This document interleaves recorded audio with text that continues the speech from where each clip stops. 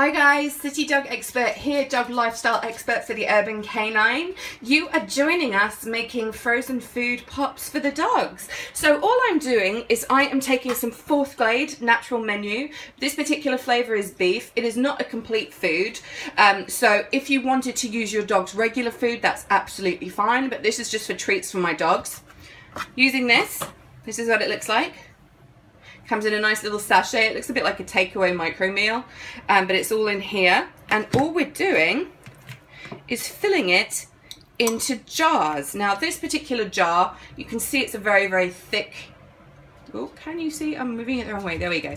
A thick sized jar, which is perfect for my dogs. My dogs have always been supervised when having this. If you're doing this with your dog, make sure they are supervised because it is glass. If you have a dog that is prone to picking things up and dropping them, you can use plastic. So a really good alternative is using a plastic Tupperware container. You can even do it with a Kong. You know how much I love Kongs, crazy Kong lady that I am. And all we do is we just fill it up with food.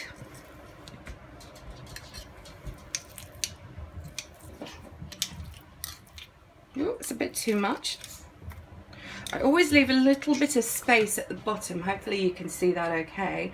Just in case in the freezing process anything expands. So there is some space there and the glass jar isn't likely to break or smash in the freezer. And all we do is you just fill it up like that and pop them in the freezer, and it's nice refreshing treats for the dogs.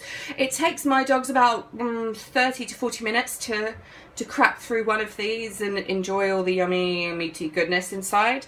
But your dog might be different. If you're using a big size Tupperware like this, probably could take up to an hour depending on how big your dog is.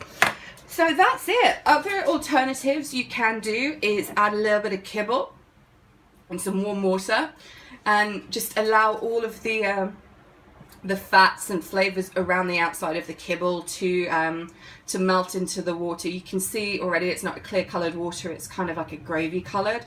Then you can just pop that in the freezer as well. You can also mix dry food with a bit of wet food. You can add peanut butter to it, peanut butter with a bit of warm water, mix that up and make a peanut butter gravy almost. You can add a little bit of chicken stock if you're making vegetable safe chicken stock, kefir, yogurt, anything like that. We just like giving the extra protein hit, so they get a little bit of wet food, but totally depends on what you want to do.